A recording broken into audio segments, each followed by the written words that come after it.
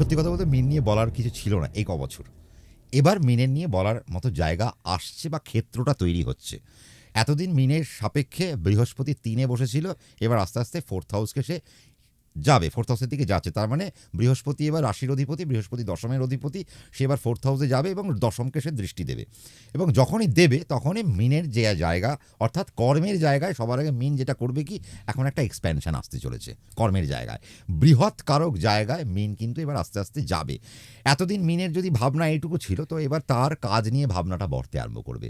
এবার একটা কাজের সাথে যুক্ত ছিল, সে কাজটা আরও 3টে কাজের সাথে যুক্ত হতে চাইবে, আস্তে আস্তে কাজটাকে বাড়াতে চাইবে এবং ক্ষেত্রটা এমনভাবে বাড়তে থাকবে যে এবার সেটা ছড়াতে আরম্ভ করবে। মানে আমি যদি মনে করি কলকাতায় বসে আছি, তাহলে কলকাতা থেকে বেরিয়ে এবার আমি আস্তে আস্তে বৃহৎকারক কর্মের দিকে আস্তে আস্তে নিয়ে যাবে।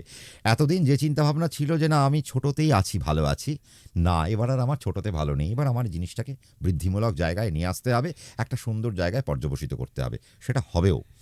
কর্মের জায়গায় মিন সবথেকে বেশি আনন্দ পাবে এবং মিনের একটা ঝামেলা বা মিনের ক্ষেত্রে যেটা সবার ক্ষেত্রে যেটা এখন একটা প্রচলিত কথা হচ্ছে যে দাদা শনি আসছে, শনি আসছে, শনি আসছে, তার মানে 7.5 শুরু হচ্ছে, 7.5 শুরু হচ্ছে। এবার আমি সঙ্গীতা দেখো একটা কথা বলি, আমাদের তো আমরা তো লেম্যান, আমরা জ্যোতিষ সম্পর্কে যারা হয়তো দর্শক তারা হয়তো কেউ কেউ জানেন আর কেউ কেউ জানেন না। দেখো আমাদের জন্মছকে আমাদের নবতারা চক্র বলে একটা কথা আছে। এই নবতারা চক্রটা কী জিনিস, সেটা হচ্ছে গিয়ে আমাদের 27টা নক্ষত্র। এই 27টা নক্ষত্র অর্থাৎ আমাদের প্ল্যানেট কটা, 9টা। তাহলে এই 9টা প্ল্যানেটের 3টে করে স্টার, মানে কেতুর 3টে স্টার, শুক্রের 3টে স্টার, রবির 3টে স্টার, এইভাবে স্টারগুলো যায়। এই নবতারা চক্রটা কি করে, জন্ম, সম্পদ, বিপদ, ক্ষেম, প্রত্যরী, সাধক, বধ, মিত্র, অতিমিত্র, এই 9টা তারা। এই তারার মধ্যে 3টে তারা খুব ক্ষতিকর, তার মধ্যে হচ্ছে বিপদ তারা, আরেকটা হচ্ছে প্রত্যরী তারা, আর হচ্ছে বদ তারা।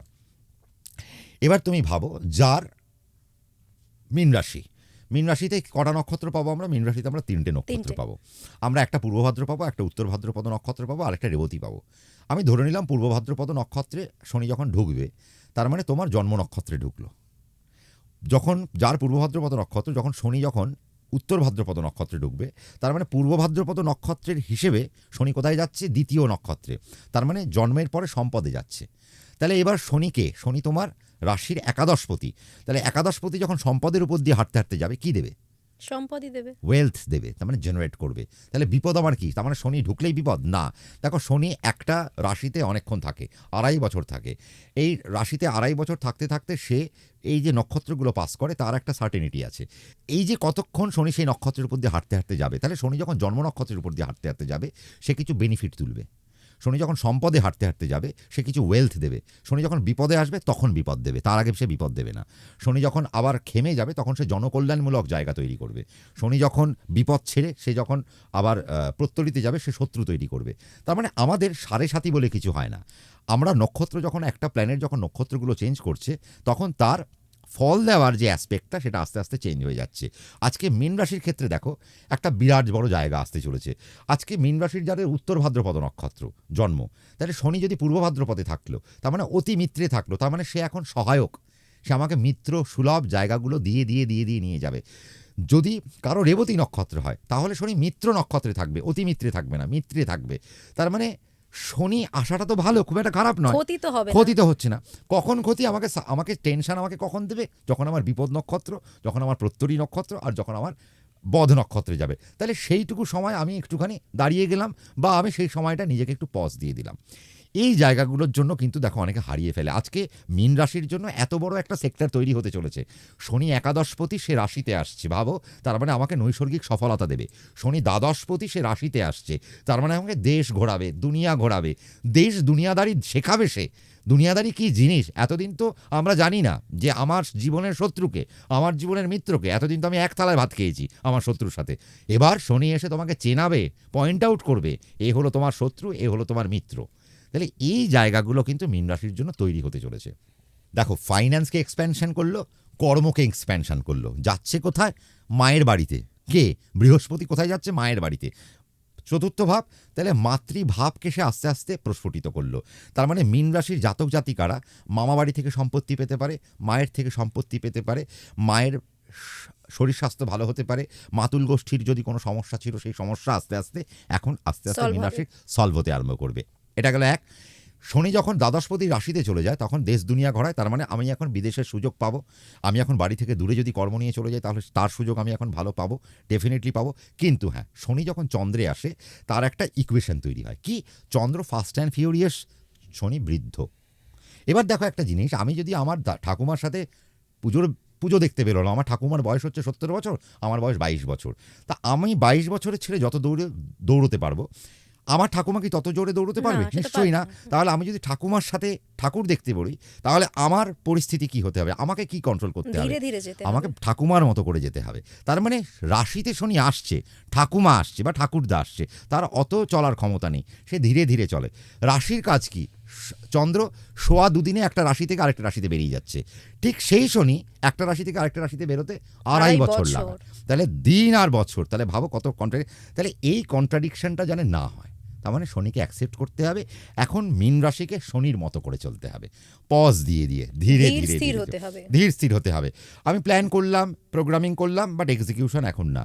আগে আমি মার্কেট রিসার্চ করি, আমি দেখি কি হতে চলেছে, যদি মার্কেট রিসার্চ করে আমার ভালো লাগবে তাহলে আমি সেই জায়গায় গিয়ে আমি ইনভেস্টমেন্ট করব। এবার কি হবে দেখো, বাড়ি দেবে, মীন রাশিকে গাড়ি দেবে, মীন রাশিকে বিদেশ ঘোরাবে, মীন রাশিকে ট্যুর অ্যান্ড ট্রাভেল ভালো করাবে, মীন রাশির ফাইন্যান্সকে অনেক ভালো জায়গায় নিয়ে আসবে। রাহু দ্বাদশে চলে যাচ্ছে, তাহলে বিদেশের জায়গায় বসবাস করাবে, বিদেশে সেটেলমেন্ট দেবে।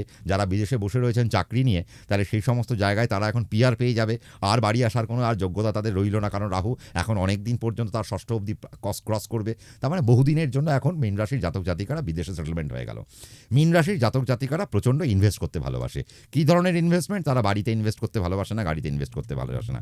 টাকা কোথায় বাড়বে? যেখানে টাকা বাড়বে মীন রাশি সেখানে আছে। তাহলে তারা এই জন্য শেয়ার মার্কেট, পোর্টফোলিও বা এই এসআইপি, এইগুলোতে তারা প্রচণ্ড পরিমাণে ইনভেস্ট করতে চায়, বা যেসব জায়গা থেকে আমার টাকা উঠে আসতে পারে সেই সমস্ত জায়গা আমার এরা ইনভেস্ট করতে চায়। তাহলে সেই ইনভেস্টমেন্টটা কেমন হতে পারে? ডেফিনেটলি ভালো হতে পারে, কিন্তু ইনভেস্টমেন্ট কেমনভাবে করব? শনি রাশিতে আছে, চতুর্থে বৃহস্পতি আছে, একটু ধীরে ধীরে করব। কেন কি? তার কারণ হচ্ছে দ্বিতীয়পতি মঙ্গল আর নবমপতি মঙ্গল কোথায় গিয়ে বসে থাকছে? তাহলে মিনের সাপেক্ষে পঞ্চমে গিয়ে বসে থাকবে 7 জুলাই পর্যন্ত, এবং দুর্বল হয়ে। তাহলে দ্বিতীয় মানে আমার অর্থ, 9 মানে আমার বাবা। তাহলে মীন রাশির জন্য বাবার সেক্টরটা একটু গন্ডগোল হতে পারে, তাহলে বাবার হেলথ নিয়েও কিন্তু সাবধানতা অবলম্বন করতে হবে। এবার বাবা মানে অনেকে আবার বলে কি, সে বাবা মানে কি শুধু আমার বাবা? দেখো, আজকে আমার যার বিয়ে হয়ে গেছে তার তো দুটো বাবা হয়ে গেল, শ্বশুর মশাইও তো তার বাবা। তার মানে মীন রাশির জাতক জাতিকার শ্বশুর মশাইয়ের ক্ষেত্রে থেকেও কিন্তু একটা সমস্যা কিন্তু আসতে পারে, সেই জায়গা থেকে মীন রাশিকে সাবধানতা। এবং এটা কখন থেকে হবে? এটা কি এখন হবে? না, এটা হবে এপ্রিল মাসের পর থেকে নিয়ে। তাহলে সেই জায়গাটায় সাবধানতা বজায় রাখতে হবে। এবং এপ্রিল থেকে জুলাই পর্যন্ত মীন রাশির বাড়িতে শরীর যত একটা কিছু প্রবলেম আসতে পারে, মেডিকেল কিছু এক্সপেন্সগুলো বাড়তে পারে, বা কিছু ল লিটিগেশনের কিছু ঝামেলা আসতে পারে, এইরকম জায়গাগুলো কিন্তু আমরা মীন রাশির জন্য দেখতে পাচ্ছি মাত্র 2 মাস। তারপর থেকে ব্যাপারগুলো পুরোটাই আস্তে আস্তে আস্তে আস্তে একদম মিটে যাচ্ছে। এবার যা ক্ষেত্র তৈরি হচ্ছে পুরোটাই মিনের একদম পুরোটাই হাতে চলে আসছে, মানে একদম মানে দিন আমার মুঠোয়, আর কোনো চাপ আমার নেই। এডুকেশন যদি বলো তাহলে দেখো, বাচ্চাদের এডুকেশন খুব ভালো জায়গায় আসতে চলেছে। এবার তাদের পঠন পাঠনের দিকে আস্তে আস্তে একটা ন্যাক বাড়বে। হ্যাঁ, পড়ার প্রতি একটা ন্যাক, কিছু করব, কিছু গুছবো, হাতের কিছু কাজের উপর তাদের, কিছু আর্ট অ্যান্ড ক্রাফটের উপর তাদের কিছু ন্যাক তাদের বাড়তে আরম্ভ করবে, কিছু ক্রিয়েটিভ জায়গায় তাদের কিছু একটা ন্যাক তাদের তৈরি হবে।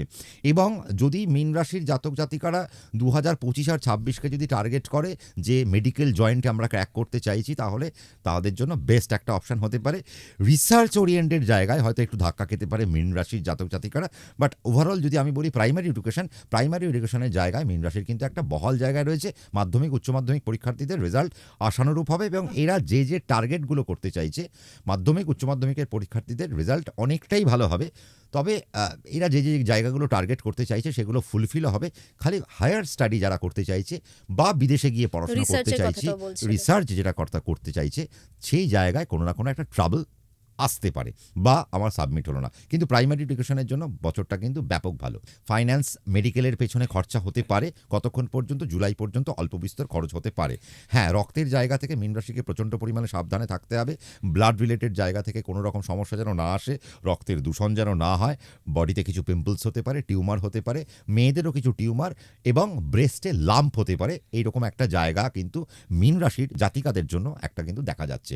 তো সেই জায়গা থেকে একটু সাবধানতা অবলম্বন মীন রাশির জাতক জাতিকাদের করতে হবে। ওভারঅল যদি আমি সেগমেন্ট দেখি, ফাইন্যান্সিয়ালি তারা বুমিং সেক্টরে আসছে, কিছু কিছু জায়গায় চাকরির যোগ তো আসছেই।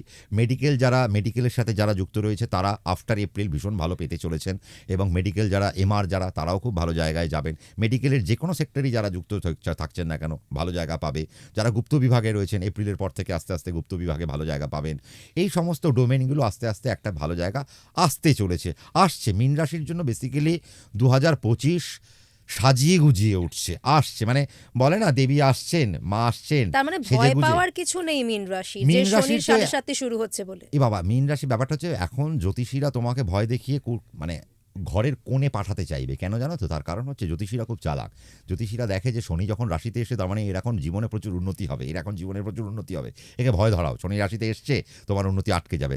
যখনই আমি তোমাকে প্যানিক করে দেবো, তুমি কি হবে, একটা জায়গায় নিজেকে আবদ্ধ করে দেবে। তার মানে আমি আমার যে সুযোগগুলো আসছিল সেগুলোকে আমি কোথাও না কোথাও ব্লক করে দিলাম, তাহলে আমি সেগুলো এনজয় করতে পারছি না। এবার আমার এই নেগেটিভিটি ছাড়িয়ে দিয়ে, যে আমার শনি 7.5 না, শনি আমার রাশিতে এসছে, তাকে আশীর্বাদই আসছে সঙ্গে। অ্যাকসেপ্ট করি এবং তার মতো করে পথ চলি। হ্যাঁ, দেখো, ঠাকুমা ঠাকুরদাদা অত বেশি তাদের টেম্পারামেন্ট অত নয়। তারা যদি একটু করে দেখে, উল্টোপাল্টা দেখলে ঝ্যানঝ্যান করে ওঠে। কেন? এটা হবেই, আমারও বয়সকালে আমিও একটু ঝ্যানঝ্যান করে উঠবো। তো বয়স্কদের একটু গুরুত্ব দিয়ে চলতেই হবে। তো শনির মতো প্ল্যানেট যখন আমার রাশিতে এসছে, আমি একটু যদি গুরুত্ব দিই, আমি যদি একটু স্লো হয়ে যাই, আমি যদি পজ দিয়ে দিয়ে যদি এখন রাস্তায় চলতে পারি, তাহলে দিনের শেষে বিচার বিবেচনা করে চলতে হবে। ব্যাপক একটা জায়গায় কিন্তু আমি যেতে পারি। এবং এবছর যারা লতে, যারা জুডিশিয়ারি যারা কানেক্ট করতে চাইছেন, তাদের জন্য কিন্তু ব্যাপক একটা জায়গা আসতে চলেছে মীন রাশির জন্য।